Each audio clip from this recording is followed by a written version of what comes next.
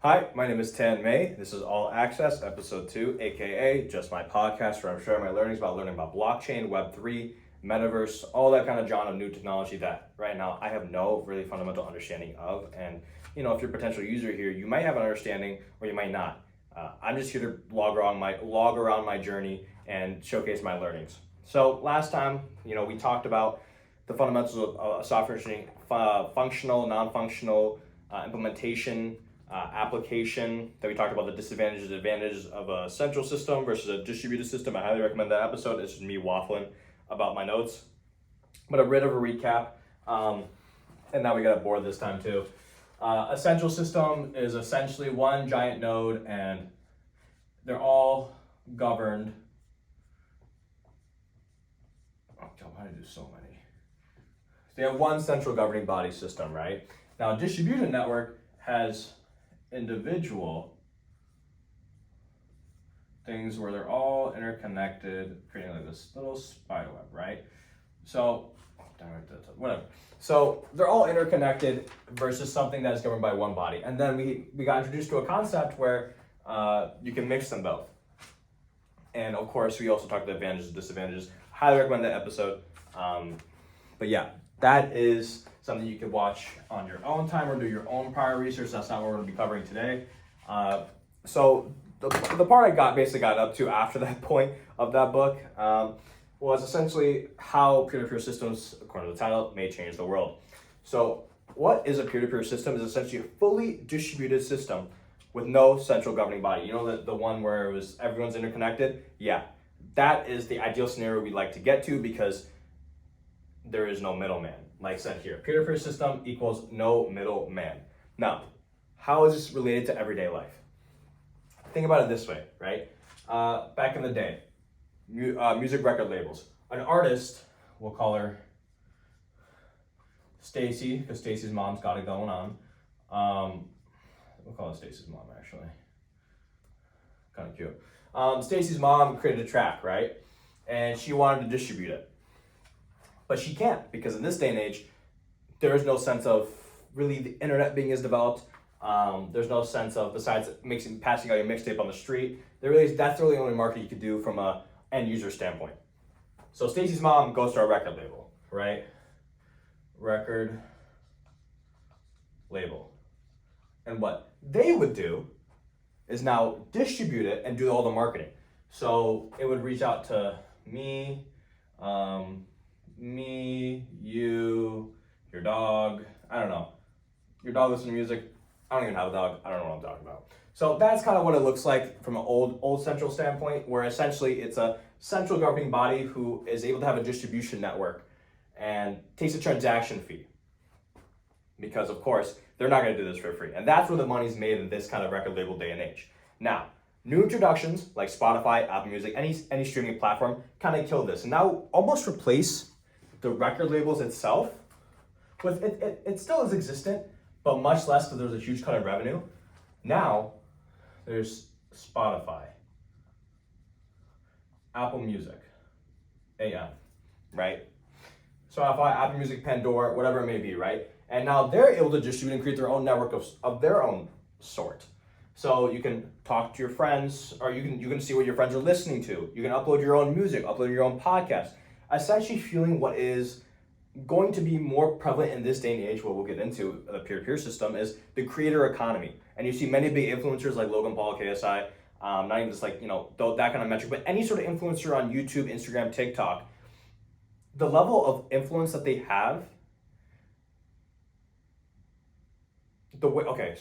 so brands and the way companies are approaching their marketing is a lot different now, because we are now more so in living in a creator economy where we're following people that we respect and already have social proof of credibility of.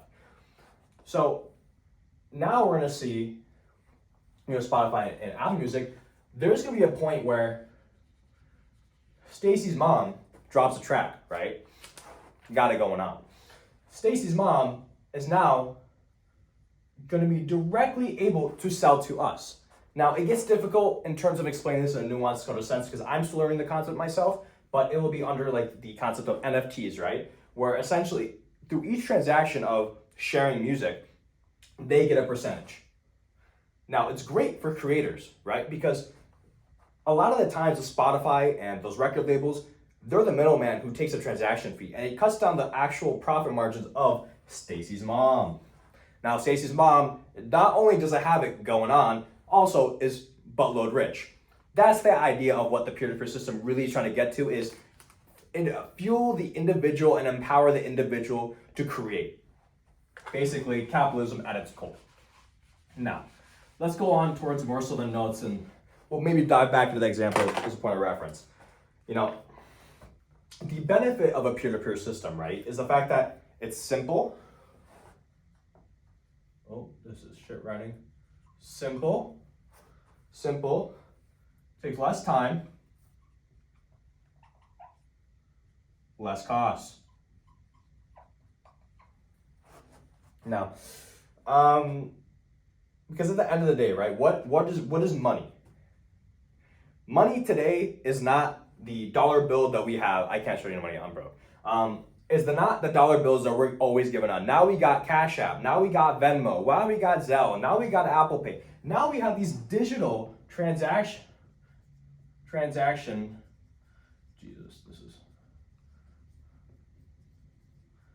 these digital transaction tools that are essentially what we use to pay. And what are those? Just bits and bytes.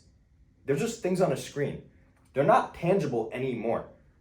So now we're gonna get to a point where we don't even need that. There's gonna be no sense of currency in the real life economy of dollars, dimes, pennies, nothing that's tangible, because we already live our life so digitally and online that now we're just in a transition period where we're gonna be using like the, and this is not financial advice, it's not me saying to invest in anything, because I'm doing my own research. I personally invest in cryptocurrency, but I'm still a newbie in the grand scheme of things, so this is not financial advice. I'm not advocating to do anything, but Bitcoin, Ethereum, Solana, Polygon, basically networks that are trying to build a community and platforms in which they're able to exchange currencies for certain things. This is a brand new concept that I'm also still learning, so I would love to hear any comments towards any education towards myself or anyone else in the comments, or if I'm totally off base and I'm completely wrong, right? Because like I said, I'm brand new. So the benefit of this is simple, less time, and cost less in the grand scheme of things. And the benefit of it is direct interaction, no middleman, right? So looking at the notes, every middleman has a producer and a customer, whether it be immaterial or digital goods. And at the end of the day, we're going to get to a point where our entire life is digital. Think of your birth certificate, your savings, your loans, your driver's license. Everything will be online, whether you like it or not. Unfortunate for some, fortunate for others, but the reality of the situation. So, distributed software systems, according to my notes for a definition of a peer-to-peer system, is just consists, it's just, God, this is so embarrassing. Essentially, it's nodes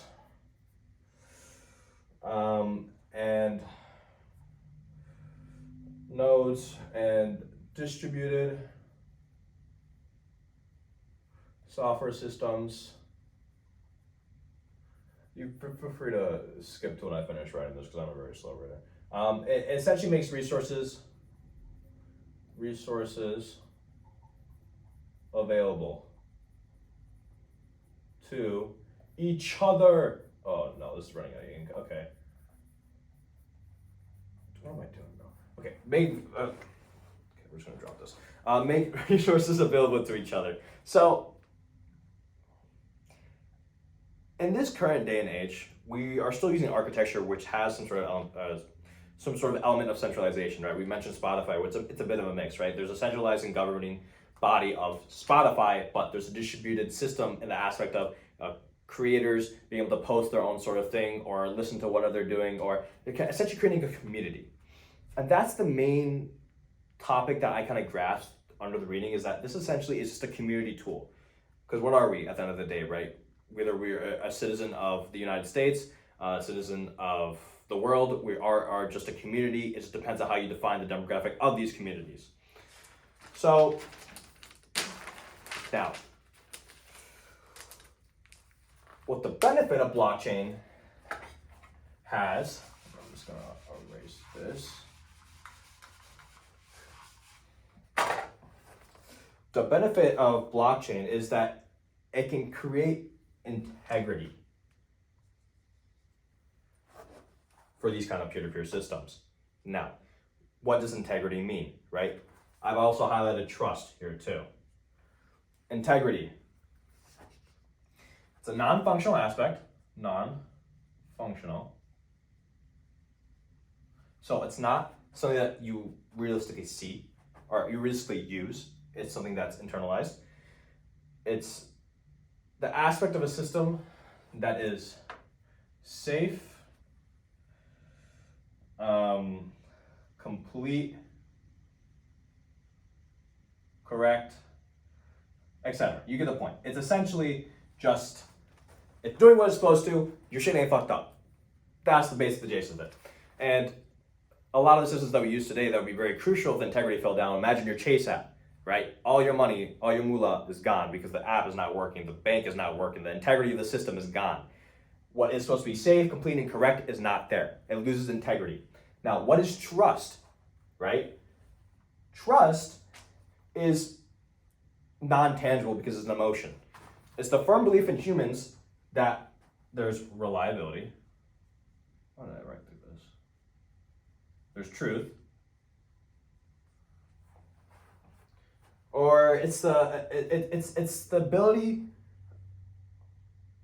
This is okay. Relax. It says the ability of someone or something with no evidence, proof, investigation. So what this essentially means in layman's terms is, imagine I trust you, right? But I have no reason to trust you yet. Now, suppose I'm trying to do a breakaway fall. I'm trying to do like the trust fall with Stacey's mom, right? I trust Stacey's mom. I think she can catch me, right? She can already caught my heart. She can catch my body. I don't know what I'm saying. Now imagine if Stacey's mom did not catch me, right? I would feel hurt. The integrity of the system that me and Stacey's mom had going on is just not there. Damn, these are really shit jokes. Okay. So yeah, this is that's essentially what it means. Is trust is non-tangible. It's actually the precursor. It's the pre. I would label it as the pre, and integrity as like the post, right? So when you pregame, right? You're getting it ready. You're doing. That's actually a horrible analogy. I'm not even going to use this actually. So essentially, trust is pre. Integrity is post. You trust something going in, and if it doesn't hold integrity, you lose trust, and therefore, the whole system just shuts down.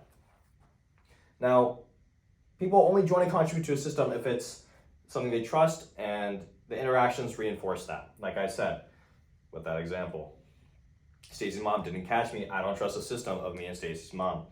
So there's a lot of factors that come into achieving trust, and I'm just gonna erase this.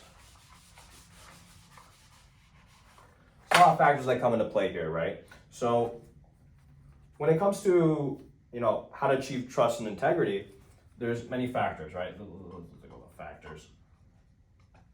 It's the knowledge of number of nodes or peers, essentially people within the system, residing within the system, but you know how many people are actually active in the community, and knowledge of trustworthiness of nodes or peers. So, two factors, right? How many are there, and can I trust these individuals? Can I trust these nodes or peers? So, when these factors are known, right, it's very likely that integrity and trust is going to be kept, because there's already a sense of belief that, hey, this community I have here, you're boys from high school, you're coming back there. There's knowledge. You got 5 friends from high school. You got 5 friends. You've been through trenches together. There's trustworthiness. You trust your homies, right? And so when you trust your homies, you know that system, a peer-to-peer system, is working.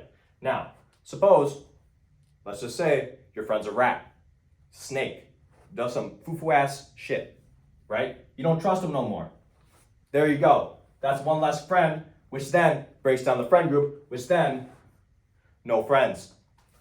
Don't know if that made sense, but essentially, if you can't trust the people within your community, within that system, it's a lot harder to keep in fact with integrity threats, because you're not sure if either the system can be safe, correct, or reliable. You don't know. So, kind of wrapping up towards a little more of what kind of these common integrity threats, and this is the biggest factor of the biggest downfall of blockchain technology right now, is the fact that it is hard to keep integrity for a system for threats that are constantly evolving due to AI technology. I see this, I work for a security company, and I see this all the time, where ransomware attacks happen way more often than you think. And especially as an end consumer who really isn't involved in the space, the very least, you should be wary of the dangers out there. So common integrity threats essentially boil down to 2, right? What are the threats? It's technical failures, right? The system itself, the network itself is not congruent. It's not working, seamlessly. It's not reliable, not because the peer isn't in there, but because the actual technical aspects of bonding everyone together. But then the actual other aspects is malicious peers, right? You got some fake ass friends, a little rat in your group, and that is a big threat to your community because it breaks it apart. So, technical failures, it's essentially compromise of individual computers who communicate via a network. They all will then have imminent risk of failing or creating errors. And malicious peers is caused by goals of individuals who decide to exploit the system further for their own purpose, right? We got black hat hackers, like white hat hackers. The cybersecurity space goes very deep, so I actually very encourage people to do more research. That was really weird, I apologize. People do more research regarding that. I'm still learning. I'm very new to the cybersecurity space as well, which is very interesting, and it's a whole new beast of itself besides blockchain and this, so got my work cut out for me to really learn, but what's life without learning? So I highly suggest you do more research on that. And it relates to sociology, right? And the group dynamics from technology. It attacks one of the biggest pillars of the peer-to-peer system, which I keep on emphasizing, is trust, right? Integrity and trust are just 2 different sides of the same coin. You can't have one without the other. So to achieve integrity in the best conditions, to achieve integrity, trust and integrity, when it's going A-OK, in the best conditions, it's easy, right? But when it's hard, right? Getting it done in the worst possible conditions is the difficult part that we're having it done right now. And this is apparently a very common problem discussed in computer science. Again, I'm not involved in the space. I'm trying to. So any person within that kind of space can maybe give more insight or more details to what I'm kind of alluding to, and if this is, I know it's a very simple overview of what the actual grand scheme of the issue is. But yeah, this is how I simplify and how I can kind of get everything together. So that's kind of it for me today. My name is Tan May. This is All Access. Share this video if you find it useful, or don't. It's okay. I would love to have feedback in the comments too. I'm learning how to present. I'm learning how to make this experience better for everyone else, because I'm learning. This essentially helps me learn, and hopefully at least piques your curiosity to learn more and get involved in the space, because I truly do believe this will be the future. I have no basis for that, but there has to be a reason why people are flexing the Lambos on Instagram, living in Puerto Rico, trying to get some fun stuff. My name is Tan May. Peace out.